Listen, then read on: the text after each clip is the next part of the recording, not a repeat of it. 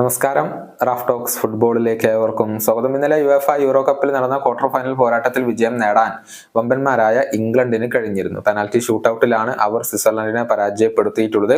ആദ്യം എംബോളോയിലൂടെ സ്വിറ്റ്സർലൻഡ് ആയിരുന്നു ലീഡ് എടുത്തത്. പക്ഷേ ബുക്കയോ സാക്കയുടെ ഒരു കിടിലൻ ഗോൾ ഇംഗ്ലണ്ടിന് സമനില നേടിക്കൊടുക്കുകയായിരുന്നു.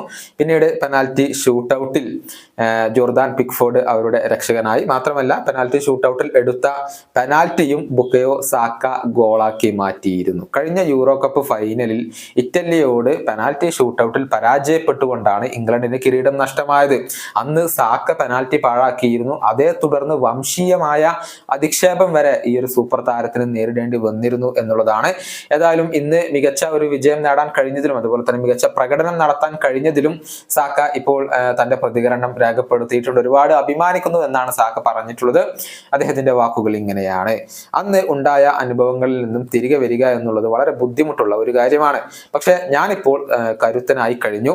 ഇന്നത്തെ അവസരം അത് ഞാൻ ഉപയോഗപ്പെടുത്തുകയും ചെയ്തു. കഴിഞ്ഞ തവണ യൂറോയിൽ ഞങ്ങൾക്ക് പെനാൽറ്റി ഷൂട്ടൌട്ടിൽ എന്താണ് സംഭവിച്ചതെന്ന് നിങ്ങൾ എല്ലാവരും കണ്ടതാണല്ലോ.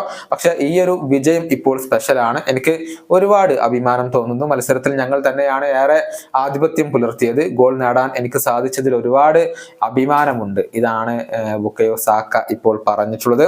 നെതർലൻഡ്സും ഇംഗ്ലണ്ടും തമ്മിലാണ് യൂറോ കപ്പിന്റെ ഒരു സെമി ഫൈനൽ പോരാട്ടത്തിൽ ഏറ്റുമുട്ടുക. മിന്നുന്ന ഫോമിൽ കളിക്കുന്ന നെതർലൻഡ്സിനെ മറികടക്കുക എന്ന വെല്ലുവിളിയാണ് ഇപ്പോൾ ഇംഗ്ലണ്ടിന് മുന്നിലുള്ളത്. അതേസമയം മറ്റൊരു സെമി ഫൈനൽ പോരാട്ടത്തിൽ കരുത്തരായ സ്പെയിനും ഫ്രാൻസും തമ്മിലാണ് ഏറ്റുമുട്ടുക. ഈ മാസം 9, 10 തീയതികളിലായിക്കൊണ്ടാണ് ഈ സെമി മത്സരങ്ങൾ അരങ്ങേറുക. ഈ വീഡിയോയുടെ അവസാനിപ്പിക്കുന്നു. വീണ്ടും കാണാം.